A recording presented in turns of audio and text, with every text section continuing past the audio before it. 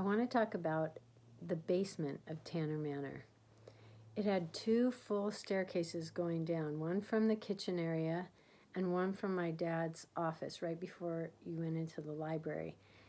And we used that basement for storage for my dad's extra papers, and we would have to collate papers to put into binders for dad's seminars in this one room.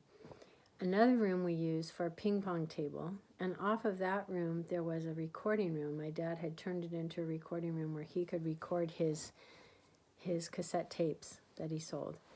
And in the summertime, we used to love to play ping pong and then have the music coming from that recording room from a little record player. And we listened to stupid songs like Yellow Polka Dot Bikini and silly songs. We didn't, and sometimes I think we found a radio to throw in there and we'd listen to the radio. But it was really fun playing ping pong and just spending our summer days in a cool basement when it was really hot outside. Another thing that was really fun about the basement is it had an all cement floor from end to end. And so we would roller skate up and down this basement and it was like having a front yard downstairs where we could play and go back and forth, back and forth. Another thing that was in the basement was a big furnace.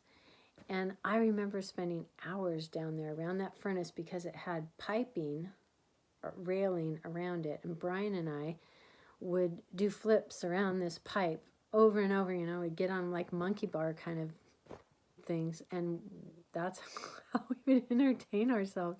I don't know if my mom was worried. I mean, there was pure concrete underneath us and a hot furnace there, but that's what we did. There were all kinds of cool places in the basement. We had a big storage room where we kept our food storage. So when Mom needed stuff, we'd have to run down to the basement and grab food storage. And she would, whenever she had extra money, she never knew how much money was coming in. It seemed she would try to buy food because that was her security to feed us. So there would be number 10 cans of beans and chili and whatever. And then there was another room at the far end, opposite the end where my dad's papers and business supplies were. The other end had a wash sink and big concrete floor. And that's where we would often paint big posters for school. And that's also where the dumbwaiters ended. So the dumbwaiters ended in the basement before somebody put in boards at the ground level. And so we could hide in there and occasionally Dakin, I know it was Dakin, who was going down the dumbwaiter, climbing down the dumbwaiter, like shimmying down, and he jumped onto the board. And instead of stopping right there, the board went all the way down to the basement. Anyway, so that was in there. And then there was also two rooms off of that. So one room, we kept a lot of water supply. Remember these big glass jugs full of water that we'd keep in one room. And Mom would keep a lot of Christmas decorations in the other room. It's also where Trace had his leather business. He turned himself into Omar the sandal maker, and so it had a big wooden desk. It was a workbench really, and he would pound out these leather sandals and ties and belts and then try to sell them.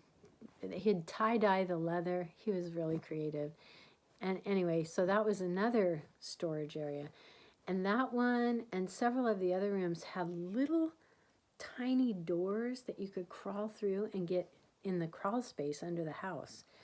And so we created lots of clubs throughout my life, but one of them was called the Digger's Dugout.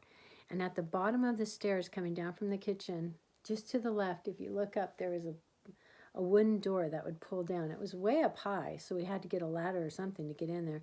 But we'd climb in there and jump down, and we were under the house. And that's what we called our Digger's Dugout. And that was one of our many, many clubs that we created. That basement was really fun. There were just so many places that you could go to have a good time and be creative.